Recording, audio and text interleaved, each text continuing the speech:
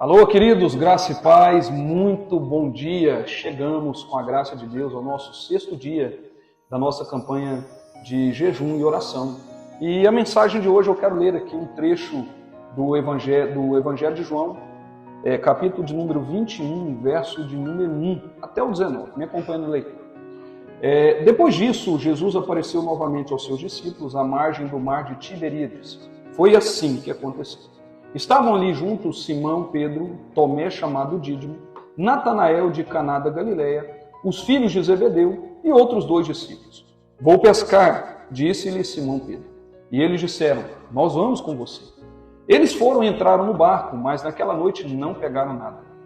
Ao amanhecer, Jesus estava na praia, mas os discípulos não o reconheceram. Ele lhes perguntou, filhos, vocês têm algo para comer? Eles responderam que não. E ele disse, lancem a rede do lado direito do barco e vocês encontrarão. Eles a lançaram e não conseguiam recolher a rede. Tal era a quantidade de peixes. O discípulo a quem Jesus amava disse a Pedro, é o Senhor. Simão Pedro, ouvindo dizer isso, vestiu a capa, pois a havia tirado, e lançou-se ao mar. Os outros discípulos vieram no barco, arrastando a rede cheia de peixes, pois estavam apenas a cerca de 90 metros da praia. Quando desembarcaram, viram ali uma fogueira, peixes sobre brasas e um pouco de pão. Disse-lhes Jesus, tragam alguns dos peixes que acabaram de pescar. Simão Pedro entrou no barco e arrastou a rede para a praia. Ela estava cheia, tinha 153 grandes peixes. Embora houvesse tantos peixes, a rede não se rompeu. Jesus lhes disse, venham comer. Nenhum dos discípulos tinha coragem de lhe perguntar, quem és tu? Sabiam que era o Senhor. Jesus aproximou-se, tomou o pão e o deu a eles, fazendo o mesmo com o peixe. Esta foi a 3ª vez que Jesus apareceu aos seus discípulos, depois que ressuscitou dos mortos. Depois de comerem, Jesus perguntou a Simão Pedro, Simão, filho de João, você me ama mais do que esse? Disse ele, sim, Senhor, tu sabes que te amo. Disse Jesus, cuide dos meus cordeiros. Novamente Jesus disse a Simão, Simão, filho de João, você me ama? Ele respondeu, sim, Senhor, tu sabes que te amo. Disse Jesus, pastorei as minhas ovelhas. Pela 3ª vez ele disse, Simão, filho de João, você me ama? Pedro ficou magoado por Jesus lhe ter perguntado pela 3ª vez, você me ama? E ele disse, Senhor, tu sabes todas as coisas e sabes que te amo. Disse-lhe Jesus, cuide das minhas ovelhas.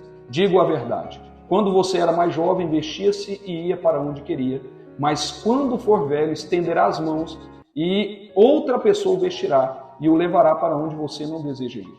Jesus disse isso para indicar o tipo de morte com a qual Pedro iria glorificar a Deus. E então lhe disse, siga-me. Amém. Queridos, nós vivemos em um tempo de egoísmo como nunca se viu na história. As pessoas só se importam consigo mesmo, elas sempre olham para as situações sob uma perspectiva única, né? Com benefício próprio. Em outras palavras, a frase que resume esse tempo é, o que eu ganho com isso? Né? O evangelho que tem sido pregado, muitas vezes, ele só enfatiza os benefícios que nós vamos ter. Né? Ele não fala sobre uma vida de sacrifício, sobre uma vida piedosa, uma vida que ama o próximo, né? Como a si mesmo. As pregações, muitas vezes de hoje, elas só enfatizam o que iremos ganhar, o que iremos receber, né? Iremos conquistar os benefícios. E então, enfatizando sempre o receber e nunca o dar.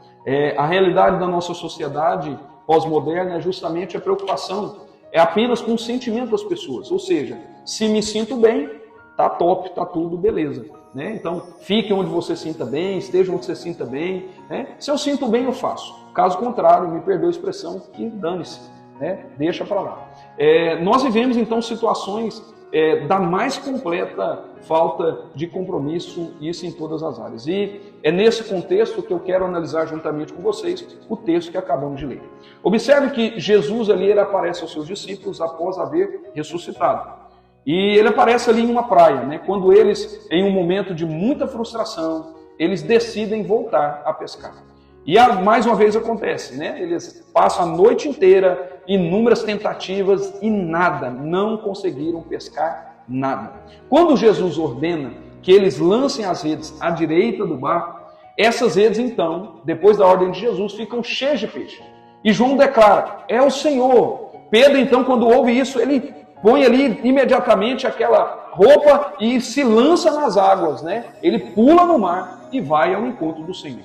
Aí eu paro para pensar, o que será que teria passado ali na cabeça de Pedro naquele momento?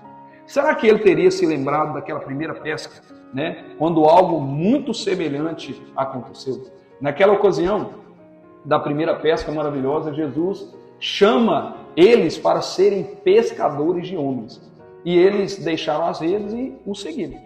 Talvez Pedro nesse momento tivesse sido tomado por um sentimento de frustração tão grande, porque Jesus havia morrido, e talvez ele não sentia e não sabia como fazer para pescar tais homens que Jesus tinha falado. E além disso, Pedro tinha negado o Senhor 3 vezes. Depois de terem jantado, Jesus então tem uma conversa muito particular com Pedro, e ali ele reforça o chamado de Pedro para ser discípulo. E é sobre essa conversa particular que eu quero falar um pouquinho com você agora. O primeiro ponto é que Jesus ele chega ali e mostra o principal critério para se tornar um discípulo. E eu pergunto, qual será o principal critério para se tornar um discípulo? Amar o Senhor. Pedro tinha pisado na bola ali, porque ele negou o Senhor, né? E aquele era um dos últimos momentos de Jesus com Pedro. E esse Pedro que iria se tornar um dos maiores líderes da igreja que estava nascendo.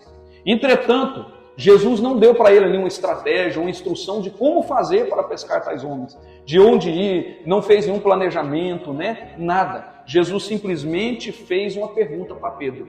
Pedro, você me ama? Né? A segunda coisa, Jesus declara ali que quem ama, serve. Quando Pedro respondeu afirmativamente, falando que amava o Senhor, Jesus então pediu para ele o seguinte: Pedro, cuida das minhas ovelhas, pastorei o meu rebanho. Em outras palavras, Jesus estava dizendo a Pedro que aquele Pedro que diz que amava o Senhor, que ele devia fazer algo para Jesus, né? Que havia um propósito, né, nesse amor. Né? Então ele fala que havia um propósito. Então, qual o propósito? Como é que nós podemos servir? Primeira coisa, você serve amando, apacentando as ovelhas. Né? E é isso que Jesus quer de nós. O propósito desse amor é que a gente sirva as pessoas. E para isso nós precisamos apacentar. E é isso que esse Jesus deseja de nós. Nós vemos muitas pessoas querendo servir, mas não se importam com as ovelhas. Pelo contrário, muitos até mesmo manipulam, arrancam a lã das ovelhas. Mais uma vez Jesus perguntou para Pedro: Pedro, você me ama? Apacenta as minhas ovelhas. Nós servimos tendo um compromisso. Muitos estudiosos dizem que Jesus perguntou a Pedro 3 vezes porque Pedro havia justamente negado ele 3 vezes, né? Para lembrar ele desse episódio. Mas independente disso, Jesus ele quis ali enfatizar, deixar gravado a seriedade do assunto, chamando a atenção de Pedro para um compromisso. Servir a Deus com compromisso. É isso que nós devemos fazer. É impressionante o descompromisso de muitos crentes que negligenciam a grande missão que Deus deu. Né? Crentes que não querem compromissos, né? Existe aos montes. Tem um monte de crente aí que não quer nenhum tipo de compromisso. Tá bom do jeito que tá. Né? Só querem os benefícios do Evangelho. Crentes que não querem comprometimento, eles se tornam ali um rebanho consumista, só querem, né, receber, querem ali consumir o Evangelho. Né? Eles conduzem a sua vida e seu ministério de qualquer forma, sem excelência e sem nenhum cuidado. Nós devemos servir dispondo-se ao sacrifício. Quem serve tem que estar disposto a sacrificar. No dia que Pedro foi chamado para o pastorado, né, Pedro foi avisado de que ele morreria por causa do Senhor. Olha ali, né? E a sua morte, o texto vai dizer que iria glorificar a Deus. Aí eu pergunto para você está disposto a morrer? Você estaria disposto a morrer por esse Deus? Você estaria disposto a morrer pelo Evangelho? Queridos, nós vivemos aqui em um país que nós somos livres demais para falar do Senhor.